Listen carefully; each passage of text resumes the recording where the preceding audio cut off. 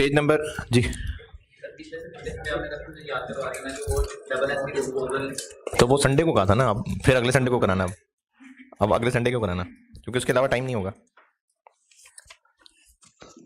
वैसे क्या कहा था मुझे याद भी नहीं। तजुर्बा क्या करना था वैसे?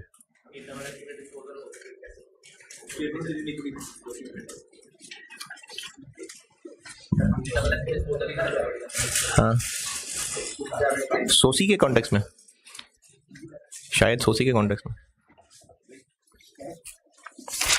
पेज नंबर आए 9 पे, चैप्टर में पेज नंबर 9, चैप्टर में पेज नंबर 9।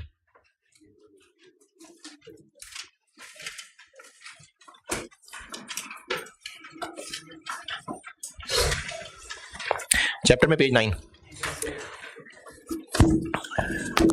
पहले पॉइंट 1 पढ़े। चैप्टर में पेज 9 पहले पढ़िए पॉइंट 1।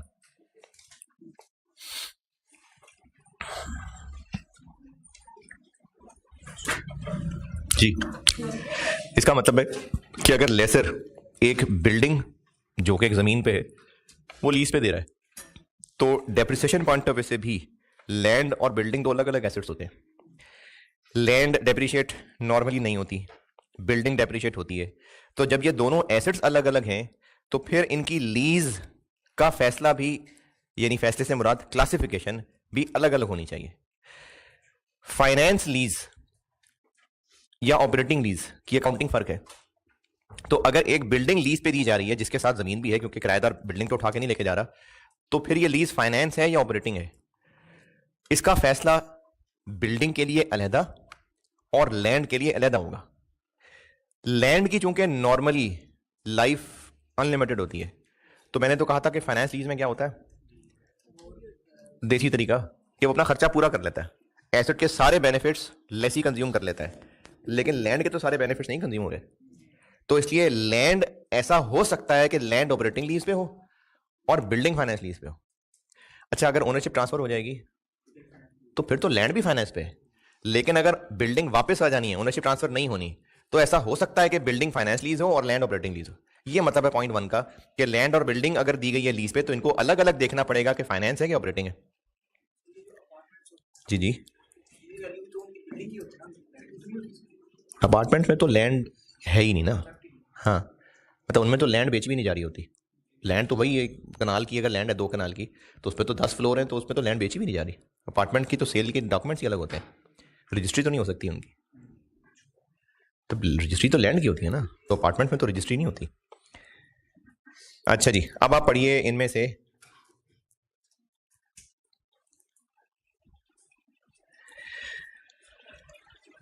Point number 2।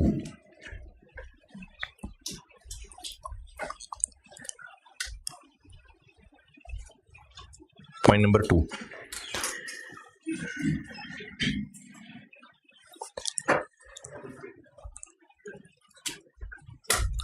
नहीं समझ आया है ना, नहीं समझ आया। सेट 1 के प्रैक्टिस क्वेश्चन 8 पे आए। प्रैक्टिस क्वेश्चंस में page 3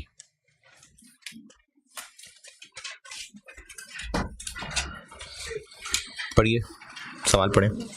practice question 8, practice question में पेज 3 सेट 1 है, क्वेश्चन नंबर 8।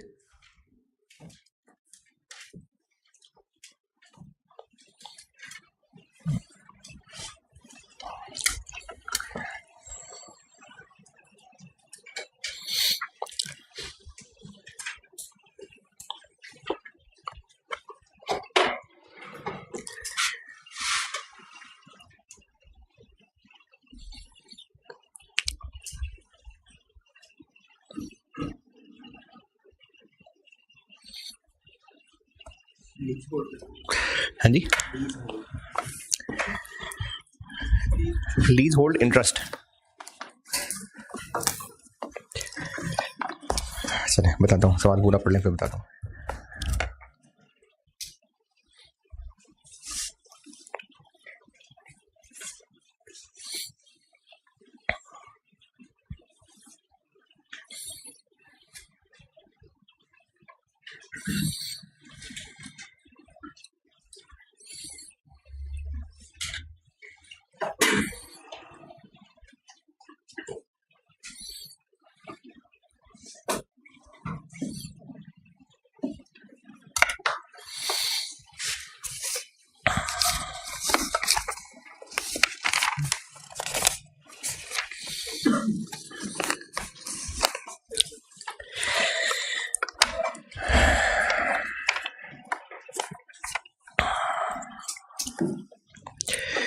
जी पढ़ लिया तो मैं डिस्कस करूँ। ये डिस्कस ही कर रहा हूँ, बोर्ड पे नहीं कर रहा। बस ये ना ये पास पेपर का सवाल नहीं है, ये मुझे किताब में सवाल मिला था, मुझे अच्छा लगा था, मैंने उसको देख के बनाया हुआ ये, वरना इस तरह का सवाल है नहीं कहीं। तो मैं बस ये ज़बानी डिस्कस कर रहा हूँ। एक लीज पे दी है बिल्डिंग लैंड समेत, 20 साल लीज टर्म है और लीज पेमेंट्स हैं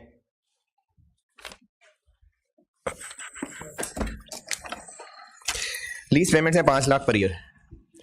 और आखिर में पहले ये मैनेजमेंट ने कर लिया है आइडेंटिफाई कि लैंड ऑपरेटिंग लीज मानी जाएगी और बिल्डिंग फाइनेंस लीज मानी जाएगी।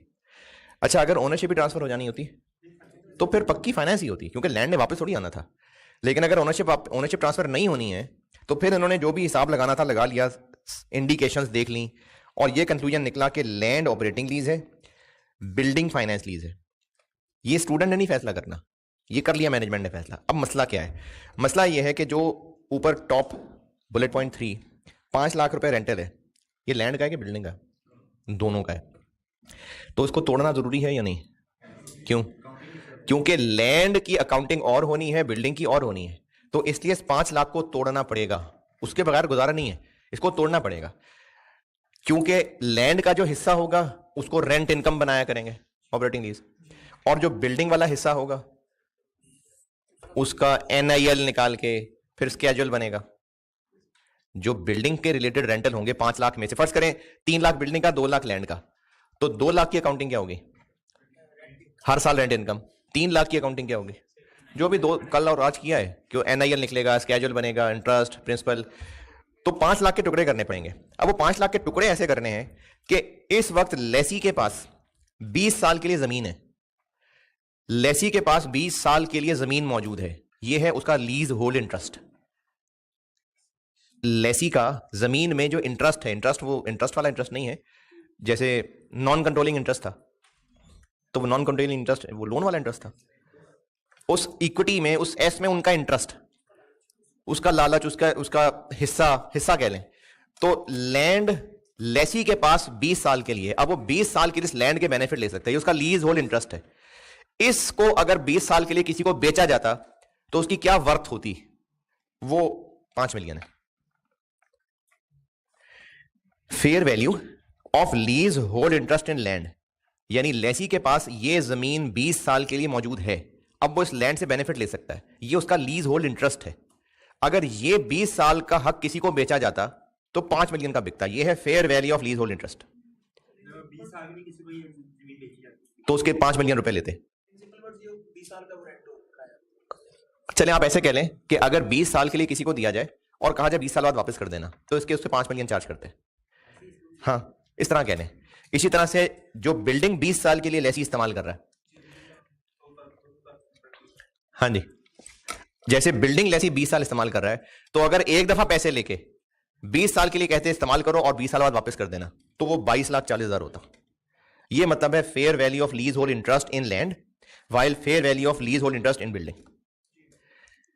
अब जो दोनों की फेयर वैल्यूज आ गई, 22,40 क्या है, 800, और लैंड की 3 के 5 नहीं 3 मिलियन, तो वो तो पुरानी कॉस्ट है ना, तो पुरानी कॉस्ट है। Fair value of lease hold interest, इसका मतलब है कि अभी इस वक्त लेसी को 20 साल के लिए ये दिया गया है, तो ये उसका लीज होल्ड इंटरेस्ट है। अगर ऐसे कहा जाता लेसी को कि एक दफा पेमेंट कर दो, 20 साल के लिए जमीन तुम्हारी, तो इससे इतने पैसे लेते। अगर उसको ये कहा जाता कि एक दफा पेमेंट कर दो, 20 साल के लिए बिल्डिंग तुम्हारी, तो इसकी वर्थ मार्केट में इतने की है। ये fair value of lease hold interest है। अगर इन 20 साल इस्तेमाल करने की और इसको 20 साल इस्तेमाल करने की वर्थ इतनी है, तो इस रेशो में 5 लाख को तोड़ लेंगे।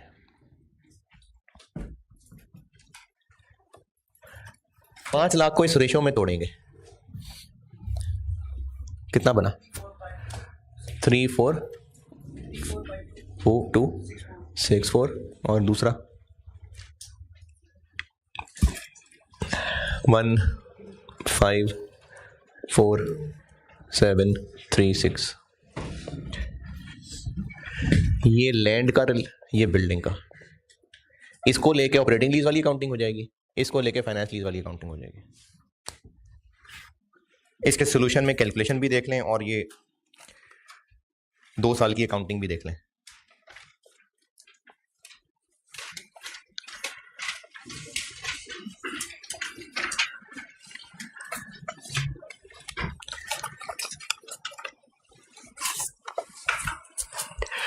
इसका सोल्यूशन देख लें, ये कैलकुलेशन देख लें और इसकी अकॉर्डिंगली अकाउंटिंग हुई है। फिर इसके लिए ऑपरेटिंग लीज वाली अकाउंटिंग, हर साल इनकम, और इसके लिए फाइनेंस लीज वाली अकाउंटिंग।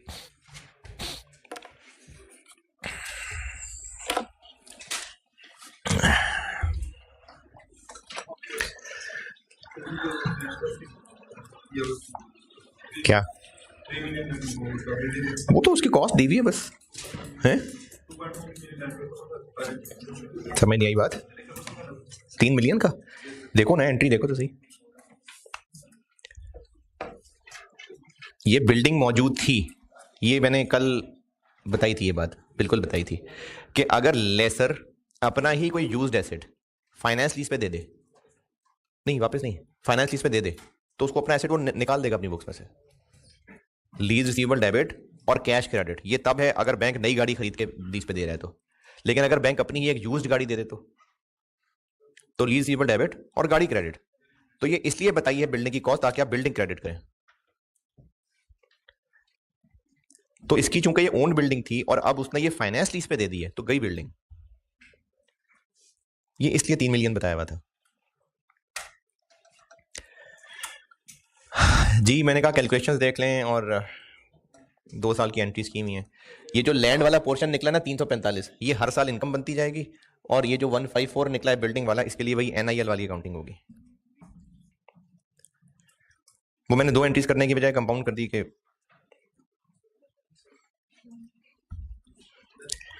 लैंड वाली और बिल्डिंग वाली मिला के कंपाउंड कर दी। हाँ भाई, लैंड एंड बिल्डिंग। पेज 9 हो गया चैप्टर में, पेज 9 हो गया। 8 डिस्क्लोजर बता दिए, मॉडिफिकेशन अभी नहीं। चले डीलर लेसर करते हैं।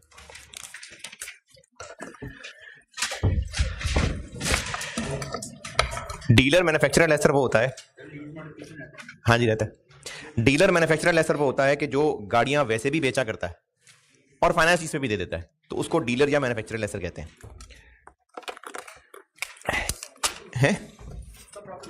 उसकी अकाउंटिंग बताने लगा और फिर पास पेपर का कराता हूं सवाल है। हाँ वो भी कुछ 7-8 साल पहले।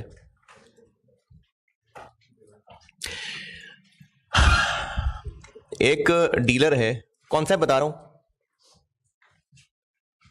नहीं भी करना तो एंट्री तो भैया करनी तो वैसी है, ऐसी बस कौन सा बता रहा हूं, नहीं तो रहने दे, बता दूं।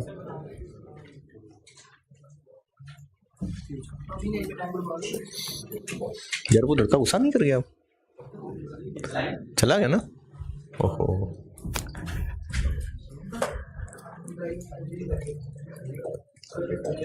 नहीं गुस्सा नहीं किया होगा वैसे। अच्छा एक डीलर है, वो करता ही है कि एक इक्विपमेंट को खरीदता होता है 70,000 का और इसको ये बेच देता है 90 का, या अगर कोई उसी वक्त पैसे ना दे तो फाइनेंस लीज पे भी दे देता होता है। तो ये डीलर लेसर है क्योंकि ये इसका डीलर है, खरीद के बेचा करता है, और अगर लीज पे देना हो तो लीज पे भी दे देता होता है। अच्छा जब लीज पे देता है तो ये 3 साल के लिए लीज पे देता है, और 3 साल के लिए लीज पे देके जो रेंटल चार्ज करता है, ये रेंटल चार्ज करता है 37,000 पर एनम।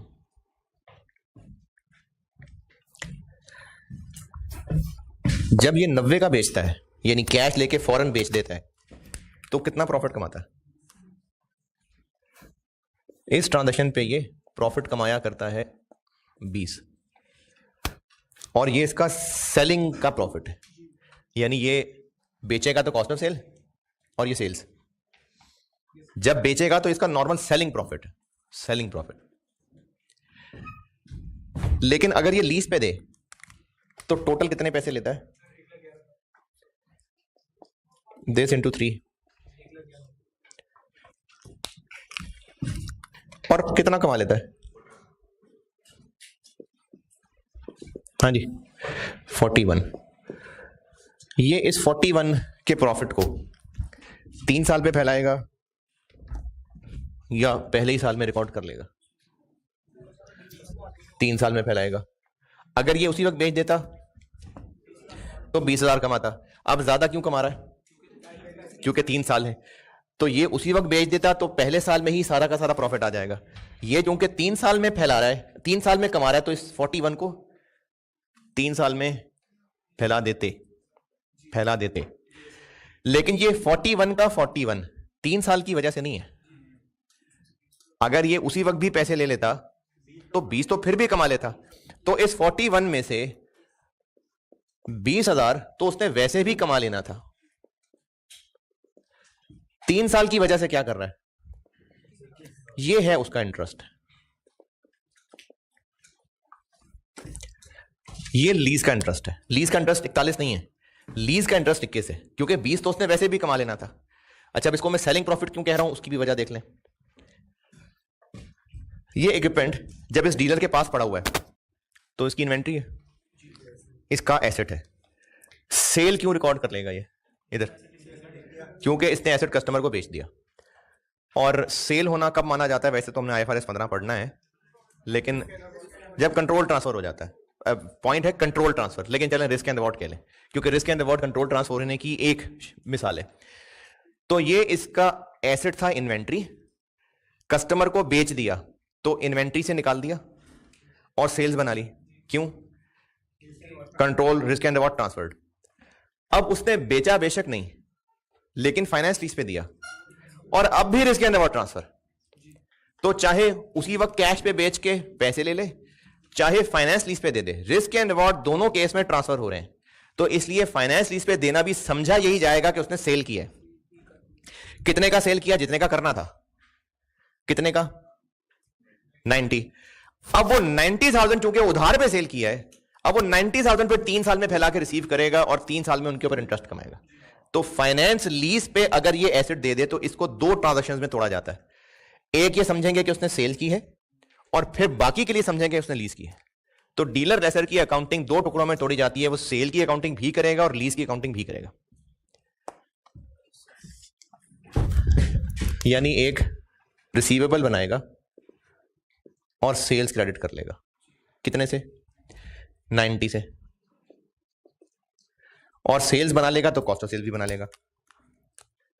कितने से? 70।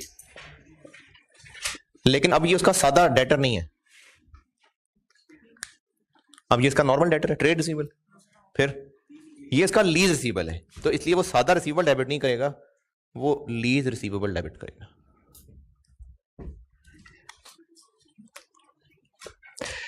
तो ये सेल रिकॉर्ड होगी, डेटर सेल्स। लेकिन जब ये सादा डेटर नहीं है, ये लीज वाला रिसीवेबल है, इसलिए नेट इन्वेस्टमेंट ने लीज डेबिट, और चूंकि इन्वेंट्री बेच दी तो कॉस्ट ऑफ सेल्स डेबिट और इन्वेंट्री क्रेडिट है। Lower of? क्या लोअर ऑफ? लाता हूं।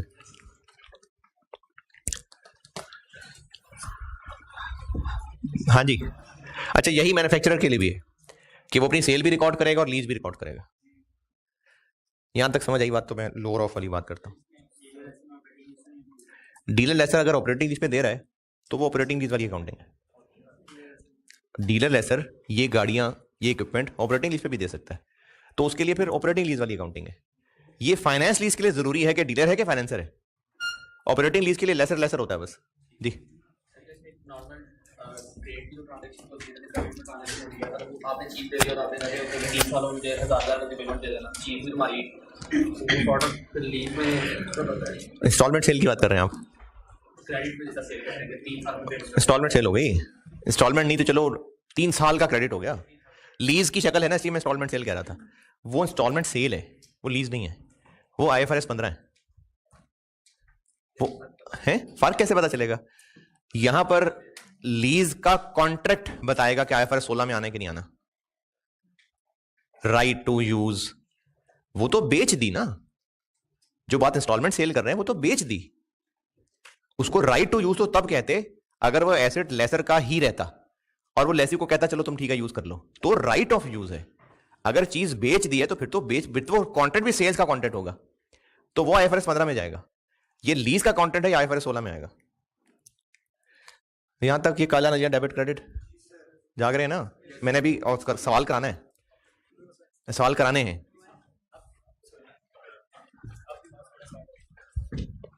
ये काला नीला डेबिट है? नहीं नहीं यार, ले खत्म करना है। Receivable debit sales credit. NIL calculate करने के दो रास्ते। NIL is equal to PV of GIL, या फिर NIL is equal to fair value of asset. नहीं, प्लस आईडीसी नहीं है, वो फाइनेंसर लेसर था।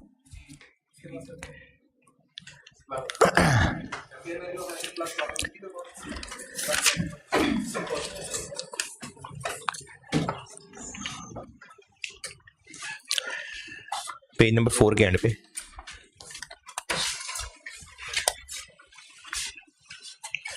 पेज नंबर 4 का एंड नंबर 13। इम्प्लिसिट रेट वो होता है जो जीआईएल की पीवी को बराबर कर देता है fair value of asset plus IDC, लेकिन आईडीसी सिर्फ फाइनेंशियल लेसर के लिए, डीलर लेसर के लिए बस फेयर वैल्यू। डीलर लेसर में एनआईएल निकालने के ये दो तरीके। अच्छा, फेयर वैल्यू क्या होती है? वैसे तो अब तो आप फेयर वैल्यू मेजरमेंट आईएफआरएस 13 और फाइनेंशियल इंस्ट्रूमेंट्स इतना सारा पढ़ लिया, लेकिन आसान अल्फाज में फेयर वैल्यू क्या होती है? Market value. तो इस इक्विपमेंट की मार्केट वैल्यू क्या है? 90,000। यही तो बेचता है मार्केट में, तो 90,000 फेयर वैल्यू है। इस रास्ते से चलेंगे तो 90,000, ये 90,000, 90,000। और अगर इस रास्ते से चलेंगे तो इसकी डिस्काउंटिंग करनी पड़ेगी इम्प्लिसिट रेट पे। अच्छा, जो बात बता रहा हूं वो भी बता रहा हूं, करना वही है जो लिखा हुआ पढ़ाऊंगा। समझ आ गई तो ठीक है, तो करना तो वही है जो लिखा हुआ है। पीवी ऑफ जीआईएल वाले रास्ते से अगर चलें तो GIL is equal to lease payments plus UGRV. GIL is equal to lease payments plus UGRV. Lease payments plus UGRV. Finance lease में जरूरी है कि ओनरशिप लेसी को ट्रांसफर हो जाएगी? नहीं। अगर लेसी को ओनरशिप ट्रांसफर हो जानी है तो ये होगा नहीं। जब एसेट वापस ही नहीं आना तो फिर आरवी किस बात की? तो फिर जीआईएल इज इक्वल टू बस लीज पेमेंट्स। लेकिन अगर एसेट वापस आना है तो फिर ये हो सकता है। ये कब होगा? जब एसेट वापस आएगा और फिर मार्केट में बिकेगा।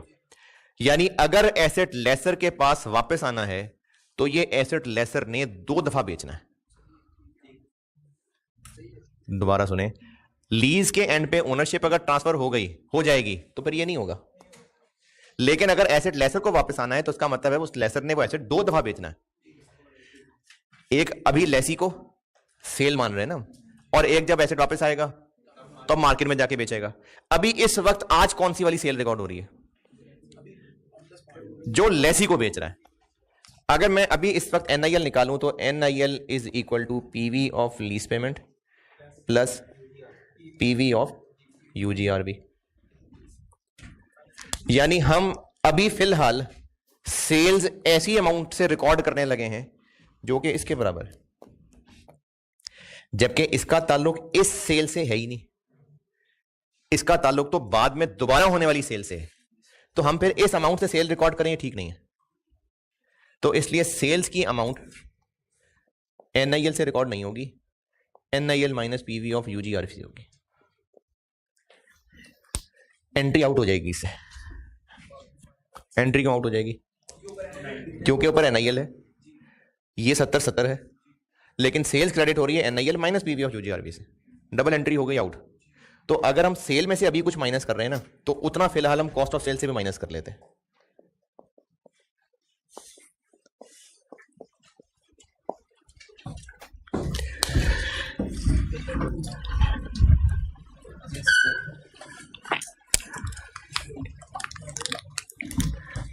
अगर NIL 1000 है, PV ऑफ लीज पेमेंट्स 900 है, ये 100 है, तो सेल कितने से रिकॉर्ड हो रही है? 900 से। NIL minus PV of UGRV। और अगर PV ऑफ UGRV है ही नहीं तो सेल कितने से रिकॉर्ड हो रही है? 900 से। इसलिए बड़े बूढ़ों ने, बल्कि बड़े बूढ़ों ने क्या, स्टैंडर्ड ने एक जुमला लिख दिया कि सेल्स रिकॉग्नाइज होती है lower of fair value of asset या PV of lease payment. Sales record at fair value या फिर PV ऑफ लीज पेमेंट में से लोअर। इस PV ने लोअर तब आना है जब UGRV होनी। अगर UGRV नहीं होगी तो इस PV ने लोअर नहीं आना।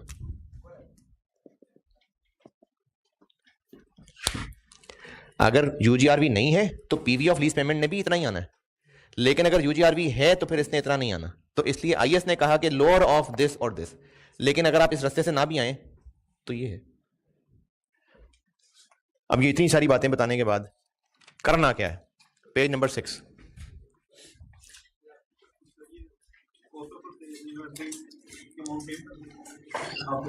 नॉर्मली होती थी, लेकिन अब तो हम नॉर्मल से हटके चीज पढ़ रहे हैं ना।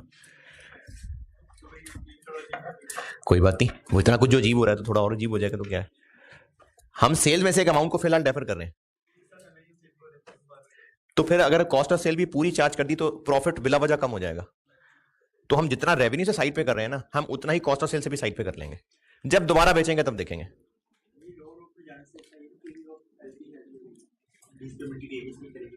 जी जी बिल्कुल सही है। अब देखें ना, सेल हम कितने से रिकॉर्ड कर रहे हैं, तो फिर पीछे यही रह गया। यानी हम बिल्कुल कह सकते हैं कि sales PV of lease payment पे रिकॉर्ड होनी है। बिल्कुल सही है। नहीं, अगर UGRV नहीं है तो दोनों बराबर आ रहे होंगे। यानी आप इसको याद रख सकते हैं कि सेल्स रिकॉर्ड होगी PV ऑफ लीज पेमेंट। बिल्कुल सही है। पेज नंबर 6 के एंड पे मैंने ये एंट्री लिखी हुई है, चैप्टर में पेज 6 के एंड पे। चैप्टर में पेज 6 के एंड पे एंट्री लिखी हुई है। को पैसे मार्केट में बेच सकते हैं, 90 का बिकता। हाँ, तो अभी हम वो कम कर रहे हैं प्रॉफिट को प्रॉफिट नहीं कम हो रहा क्योंकि कॉस्ट ऑफ सेल से भी उड़ा देगी। पेज 6 के एंड पे एंट्री, तो डीलर मैन्युफैक्चरर लेसर पहले दिन ये एंट्री कर लेगा। अच्छा, डीलर मैन्युफैक्चरर के बिजनेस में क्या IDC होगा ही नहीं, यानी IDC तरह के एक्सपेंसेस नहीं होंगे, लेकिन उनको एक्सपेंस बना देंगे, सीधा एक्सपेंस। क्योंकि लेसर कस्टमर को गाड़ी बेचते हुए चाहे लीज पे देते हुए कमीशन तो वो दे ही रहा होगा, तो इसलिए सेलिंग एक्सपेंस बना के इसको एक्सपेंस बना देंगे। तो पेज 7 के टॉप पे मैंने यही लिखा हुआ जी। है क्या मतलब?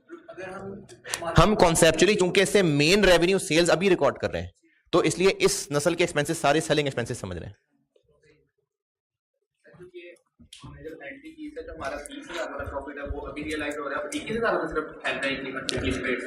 हाँ जी बिल्कुल, 21 वाला 20 अभी रियलाइज हो रहा है, 21 वाला ओवर द पीरियड फैल रहा है। पेज 7 के टॉप पे दूसरा पॉइंट, पेज 7 के टॉप पे दूसरा पॉइंट कि जितने IDC की नस्ल के एक्सपेंसेस होंगे वो फॉरेन एक्सपेंस बन जाएंगे।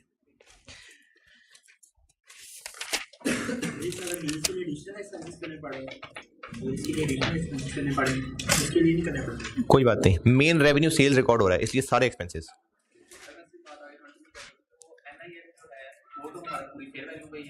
हाँ जी, क्या क्या क्या NIL जो हमने रिकॉर्ड किया जिसको हम लेके चल रहे हैं वो तो total fair value of asset भी है। तो जब वो तो उसमें तो सारा प्रॉफिट नहीं 41,000 नहीं होगा, 21,000 ही होगा। 20,000 ही होगा। हाँ, NIL तो total fair value of asset 90,000। Cash कितना मिलना है? 1,11,000। तो डिफरेंस 21 ही है। लीज रिसीवेबल से टेबल शुरू होगा 90 से, कैश 11 मिल रहा होगा, तो इंटरेस्ट के नाम से 21 ही बनेगा। हमने लीज रिसीवेबल 90 रिकॉर्ड किया है, NIL का स्टार्टिंग पॉइंट 90, टेबल का स्टार्टिंग पॉइंट 90, कैश मिलेगा 37, 1 11, तो इंटरेस्ट में 21 ही आना, 41 नहीं आएगा। पेज नंबर 3, चैप्टर का पेज 3, नहीं सॉरी, पेज 1, चैप्टर का पेज 1, चैप्टर का पेज 1 पहुंचे, बड़ा सा डब्बा, पॉइंट नंबर 1, पहली ही लाइन क्या लिखा हुआ? लीज इज अ कॉन्ट्रैक्ट और part of a contract. Lease is a contract और पार्ट ऑफ अ कॉन्ट्रैक्ट। चलें बस पास पेपर्स पे आ जाएं, बस यही लफ्ज पढ़ाना था। पास पेपर्स पे आ जाएं, ये मिलेंगे आपको। प्रैक्टिस क्वेश्चन खत्म कर रहा हूं मैं पेज 34 पे। प्रैक्टिस क्वेश्चंस का पेज 34 तक है, उसके बाद पास पेपर्स।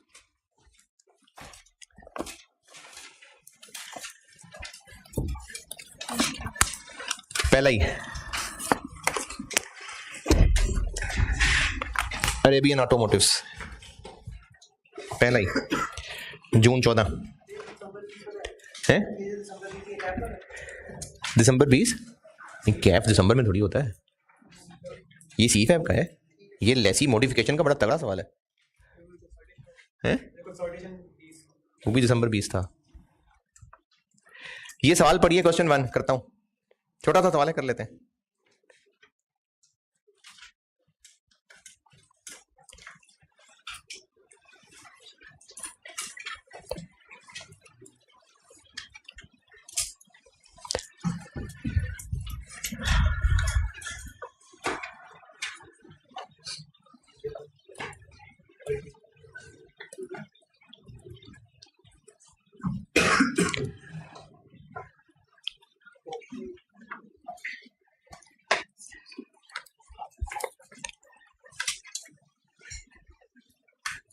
अच्छा, ये ना चूंकि एक पार्ट इसका था ना, एक पार्ट किसी और चीज का था, तो वो रिक्वायरमेंट मिस हो गई है। इसकी रिक्वायरमेंट लिख लें। ये पार्ट ए है, पार्ट बी कुछ और था, तो इसकी रिक्वायरमेंट लिखने से मिस हो गई। इस सवाल की रिक्वायरमेंट है extracts of SOFP and P&L for the year ending 31 दिसंबर 2013।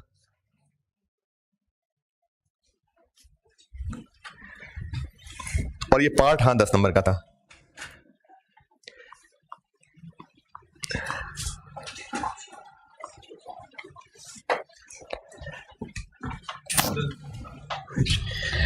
इसकी रिक्वायरमेंट SOFP और P&L के एक्सट्रैक्ट्स हैं 31 दिसंबर 13। हाँ जी, पढ़ ले, छोटा सा सवाल है, पढ़ ले तो मैं करूं यार। ये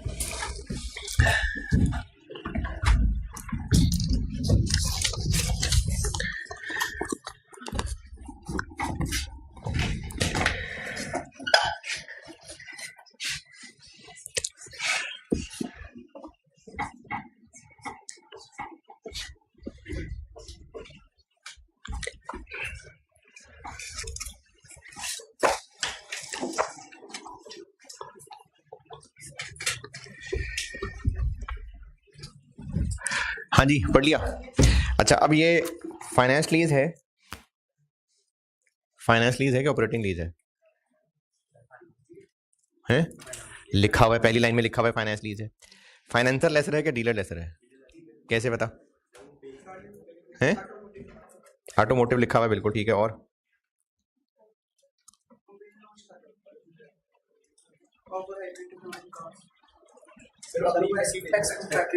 हाँ, ये जो आखिरी सेंटेंस लिखा हुआ है ना रिक्वायरमेंट से ऊपर, ये इंप्रेशन डीलर का ही है कि इसको मैन्युफैक्चरर से इतने डिस्काउंट पे मिल जाती है। तो ये डीलर्स को ही होता है ऐसे कि मैन्युफैक्चरर डीलर्स को लिस्ट प्राइस से डिस्काउंट पे बेचते हैं, तो ये डीलर है इस वजह से। तो डीलर लेसर का सवाल है, फाइनेंस लीज का सवाल है, और पहला ही साल है लीज का, और पहला साल है, और P&L और SOFP के एक्सट्रैक्ट मांगे हैं, ठीक है। लेकिन इसमें टेक्निकल चीज क्या है, बुलेट पॉइंट 3, ये हमने कहा है कि हम ना तुम्हें गाड़ियां सर्विस भी कर दिया करेंगे, तो ये लीज से रिलेटेड कोई चीज है, गाड़ियां दे दी लीज पे, अब हम कह रहे हैं सर्विस भी हम ही कर दिया करेंगे तुम्हें, क्या है? बिल्कुल ठीक है। जो ऑफिशियली कॉन्ट्रैक्ट हुआ है, क्योंकि ऊपर नाम यूज हुआ था, had launched a campaign to offer HT cards under a finance lease arrangement. अब उसने ऊपर इसको लीज अरेंजमेंट कहा था। उसके बाद जब डिटेल्स बताई हैं तो उन डिटेल्स में लिखा हुआ है कि ये गाड़ियों को मेंटेनेंस फ्री कर देगा, जो कि बाकी लोगों को ये सर्विस बेचा करता है अपने 20% मार्कअप पे। नहीं नहीं नहीं नहीं, गाड़ी दी है लीज पे और उसके लिए 3 लाख रुपए हो गए ऑन डिलीवरी यानी डाउन पेमेंट, उसके अलावा हर साल 5,80,000 ये लीज हो गई। लेकिन साथ ही साथ अपने कस्टमर को कहा है कि हम ना गाड़ियों की मेंटेनेंस भी किया करते हैं। अच्छा चलें, मैं ये फ्री वाली बात छोड़ देता हूं। गाड़ी लीज पे दी, अब उस कस्टमर को, उस लेसी को गाड़ी की सर्विस भी करानी थी, तो वो जो किसी और वर्कशॉप से जाके सर्विस करानी थी, तो हमारी अपनी वर्कशॉप भी है और हम बाकी कस्टमर्स को सर्विस देते हैं और ये मेंटेनेंस का काम हम किया करते हैं 20% मार्कअप पे। तो उसने कहा जी सर्विस भी करानी, हमने कहा ठीक है, इतने पैसे सर्विस के दे दिया करो। अब बताएं, ये जो सर्विस के हम पैसे ले रहे हैं ये लीज है? ये जो सर्विस के हम पैसे ले रहे होते उससे, ये राइट ऑफ यूज के पैसे ले रहे होते, फिर ये तो हम एक अलग से सर्विस दे रहे हैं। तो लीज तो होती है कॉन्ट्रैक्ट जिसके तहत राइट ऑफ यूज है, तो वो तो उसको ठीक है राइट ऑफ यूज दे दिया। लेकिन अगर एक अलहदा से हम उसकी सर्विसिंग की क्या मेंटेनेंस की सर्विस दे रहे होते जो हम बाकी कस्टमर्स को भी बेचते हैं क्योंकि अपनी वर्कशॉप है, तो इसके जो पैसे लेते वो अलग सर्विस होती है ना। तो इस कॉन्ट्रैक्ट के अंदर एक पार्ट है लीज, यानी हम इस एक कॉन्ट्रैक्ट के अंदर 2 काम कर रहे हैं। लीज पे एसेट दे रहे हैं क्योंकि राइट ऑफ यूज लीज है, और एक मेंटेनेंस सर्विस दे रहे हैं, ये तो रेवेन्यू है क्योंकि वर्कशॉप है इसकी। तो ये पूरा कॉन्ट्रैक्ट लीज नहीं है, इसमें एक पार्ट है कॉन्ट्रैक्ट जो लीज है। तो अब इसमें से इस सर्विस को अलग तोड़ना पड़ेगा और लीज को अलग तोड़ना पड़ेगा। कैसे तोड़ना पड़ेगा ये तो खैर हमने भी IFRS 15 पढ़ना है, लेकिन अगर टूटी फूटी भी यादाश्त कहीं है कैफ की तो फिर समझ आ जाएगा जो मैं कर रहा हूं। नहीं है, बिल्कुल भूल गया हुआ है, तो IFRS 15 कराऊंगा तो ये बता दूंगा, जो मैं काम करने लगा वही बता रहा हूं ना, कि अगर पैसे ले रहे होते तो क्या ये सर्विस देने के पैसे लीज पेमेंट होती? एक अलग चीज है ना। तो हम इन गाड़ियों को लीज पे भी दे रहे हैं। यार आप ना पॉज करना जरा,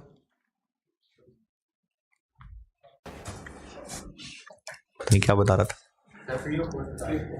हाँ जी, फ्री ऑफ कॉस्ट नहीं बताया, अभी बात कर रहा, पहले ये बता रहा हूं कि गाड़ी लीज पे दे रहे हैं तो ये राइट ऑफ यूज हो गया, और मेंटेनेंस की सर्विस भी दे रहे हैं। अगर इसके भी पैसे ले रहे होते तो फिर ये लीज पेमेंट ही होती, या ये एक अलग सर्विस है? ये एक अलग सर्विस है। अब रही बात कि हम कह रहे हैं कि हम तुम्हें फ्री में सर्विस दे देंगे, तो फ्री में दुनिया में कुछ नहीं होता। हम यकीनन उसके पैसे ले रहे होंगे, और IFRS 15 में जाके ये चीज सीखेंगे कि जब एक से ज्यादा तरह की गुड्स या सर्विसेज बेची जा रही हो तो उस पूरे पैसों में से सबका हिस्सा होता है। इसको ट्रांजैक्शन प्राइस को एलोकेट करना कहते हैं। तो ये IFRS 15 में बताऊंगा। अगर थोड़ा बहुत भी याद है तो ठीक है, जो सामने करूंगा, अगर बिल्कुल भूल गया तो IFRS 15 में बताऊंगा। तो इसमें पहले हमें लीज और नॉन लीज कंपोनेंट तोड़ना पड़ेगा। हाँ, अगर ये सर्विस ना देते होते ना नहीं तो फिर हम मेंटेनेंस कहां से करते, हमारे पास स्टाफ ही ना होता फिर। नहीं, इंसेंटिव बहरहाल ये ना होता, ये लीज इंसेंटिव ना होता, बस ठीक है हमारी लीज अरेंजमेंट का हिस्सा होता बस। देखें, हम चूंकि बाकी लोगों को भी ये सर्विस दिया करते हैं तो हमारी एक सेलेबल सर्विस है। तो अब अगर हम अपने लेसी को ये सर्विस दे रहे हैं तो हम अपनी एक सर्विस सेल कर रहे हैं। ये अलग मसला है कि हम उसको फ्री कह रहे हैं, फ्री नहीं असल में, हम उसे 5,80,000 में ले रहे होंगे इसके पैसे, तो फ्री वाला वर्ड ठीक नहीं है।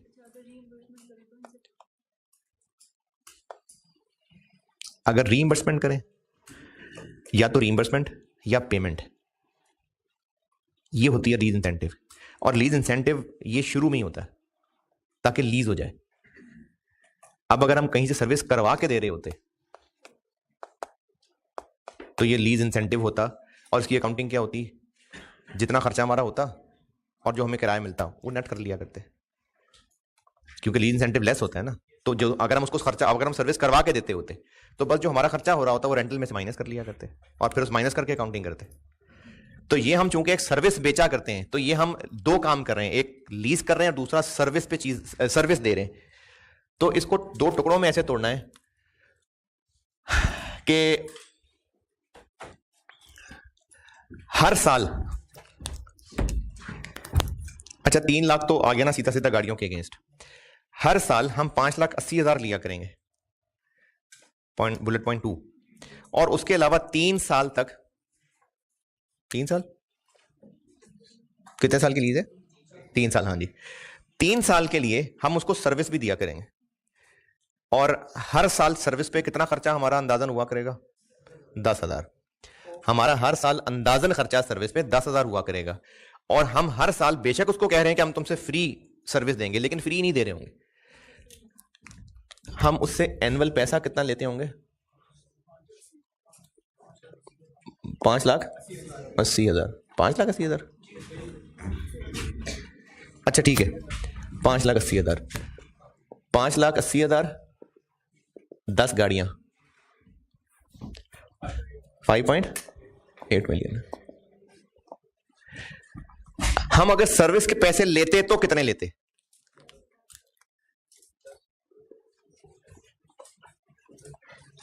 एक गाड़ी पे खर्चा हो रहा है 10,000, इस पे हम 20% मार्कअप जोड़ते और 10 गाड़ियों के हम लिया करते 12 लाख, 1,20,000।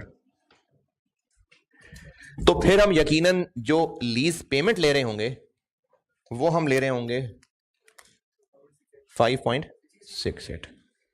ये लीज रेंटल है। हम सर्विस जितने की बेचते यकीनन इतने ही पैसे रखे होंगे हमने इसमें, तो इसमें से ये पैसे निकाल लें, बाकी पैसे फिर हम लोग गाड़ियों के ले रहे होंगे। ये है लीज रेंटल। इसके लिए अब लीज वाली अकाउंटिंग होगी।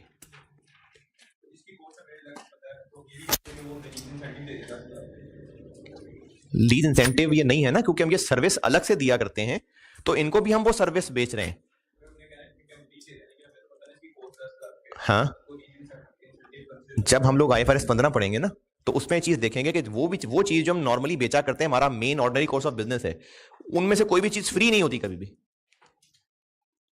उसका यकीनन कुछ ना कुछ हिस्सा होता है। तो फिर ट्रांजैक्शन प्राइस को उसको एलोकेट किया जाता है।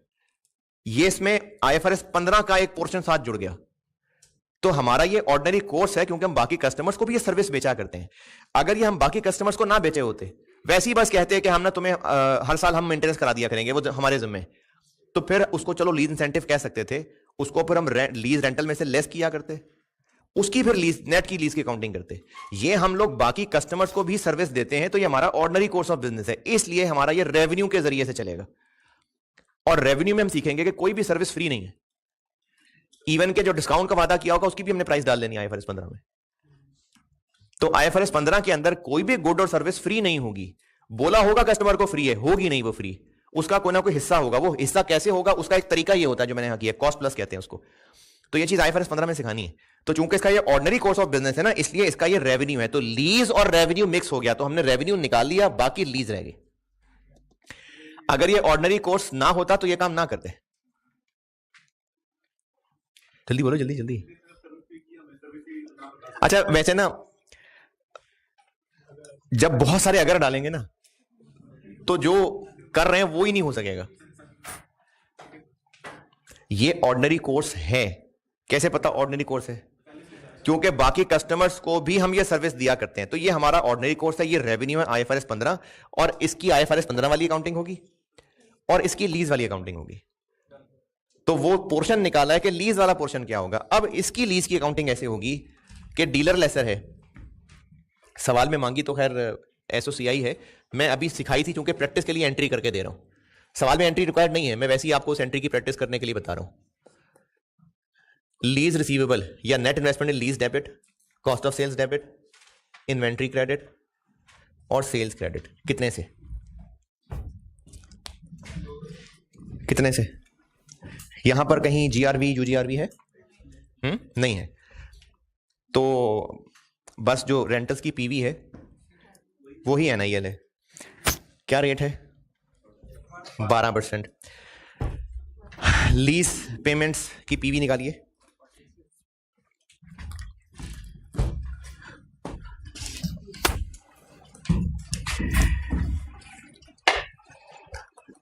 $3 lakh into 10 as it is. ये 3 लाख कौन सा? और बाकी के लिए 5680 ये रेंटल है ना, इसकी एन्युटी डिस्काउंटिंग 1 माइनस 1.12 पावर 3 है। 3 लाख हर गाड़ी की डाउन पेमेंट, ये एज इट इज, इसकी डिस्काउंटिंग नहीं, इंटू 10 गाड़ियां, और ये 10 गाड़ियों का एनुअल रेंटल है, तो इसके ऊपर पावर 3 डिस्काउंटिंग कर ली। कितनी आ गई एनआईएल जी?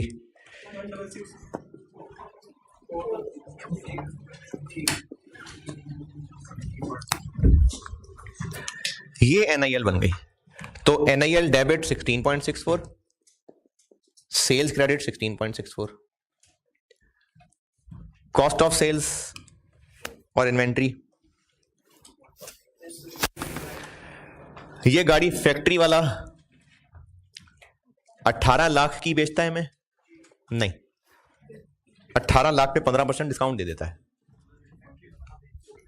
तो एक हो गई इतने की और 10 हो गई इतने की, 15.30। ये इसकी इनिशियल रिकग्निशन हो गई। मांगी नहीं है ये एंट्री, 10 गाड़ियां है ना, पहला बुलेट पॉइंट।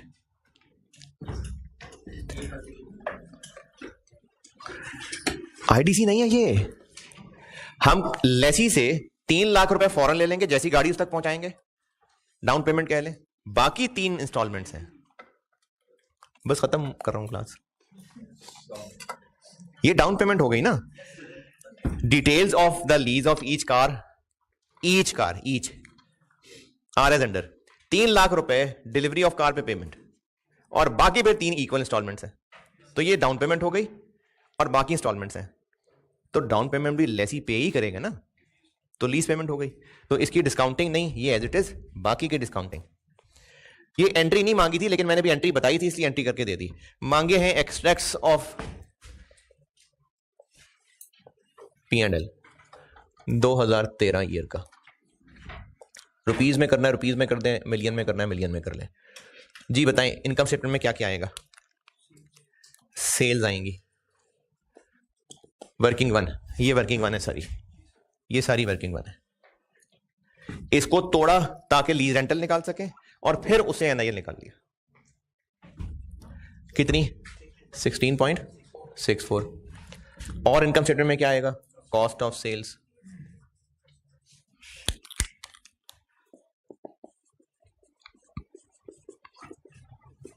दस गाड़ियां, कितना?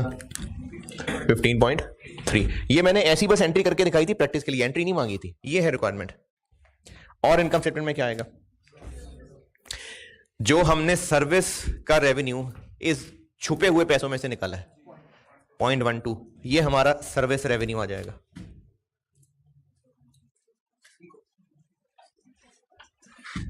.12, और इसके ऊपर हमें कॉस्ट भी पड़ी, कितनी? 10,000। 10,000 ना सिर्फ इस कैलकुलेशन के लिए थी, बस खर्चा तो 11,000 पड़ा है। ये ना हमने इनिशियली IFRS 15 में बताऊंगा, ट्रांजैक्शन प्राइस के शुरू में टुकड़े करने होते हैं, और वो टुकड़े बार बार चेंज नहीं करने होते, तो वो टुकड़ा हमने कर लिया शुरू में। अब रेवेन्यू यही है, खर्चा कम है तो है, ज्यादा है तो है। तो इस साल एक्चुअली हमने कितना खर्च किया? 11,000 इंटू 10 गाड़ियां, 0.11। और क्या आएगा, इंटरेस्ट इनकम। तो पूरा टेबल बनाने की जरूरत है, 3 तो लाइन है वैसे।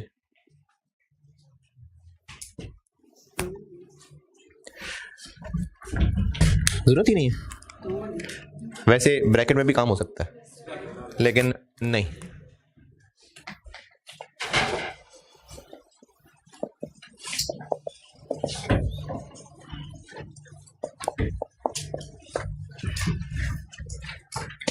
डाउन पेमेंट भी है, इसलिए पहली पेमेंट 1 जनवरी को ही हो जानी है। इनिशियल अमाउंट 16.64, क्योंकि पहले दिन डाउन पेमेंट जा रही है तो इंटरेस्ट 0, और एक गाड़ी की 3 लाख और 10 गाड़ियां थी तो 3, 13.64। फिर 31 दिसंबर 13, 12%, 5.68, ये लीज रेंटल 9.60। बैलेंस शीट बनानी है तो फिर एक लाइन और दिखानी पड़ेगी ना, कि नहीं? ये तो हम यहां खड़े हैं ना, अगली लाइन भी दिखानी पड़ेगी नॉन करंट पोर्शन के लिए। 9.615, 5.68,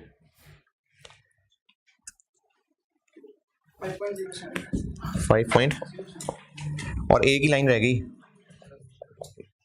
वो बचा के कितना को 2 घंटे बचा लेने। 0.6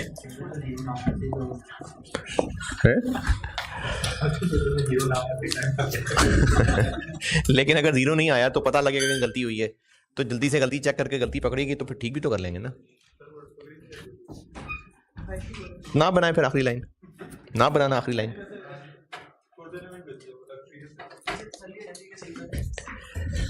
तो इंटरेस्ट इनकम कितनी, 1.64। Extracts of SAFP, non current assets, current assets, net investment in lease कितनी, नॉन करंट में क्या दिखाऊं,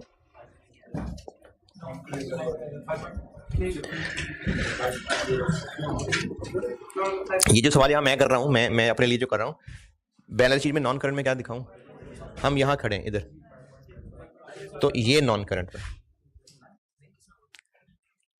और करंट में दिस माइनस दिस, 9.6 माइनस 5.07, 4.53। ये थे जी 10 नंबर, और 10 बज गए।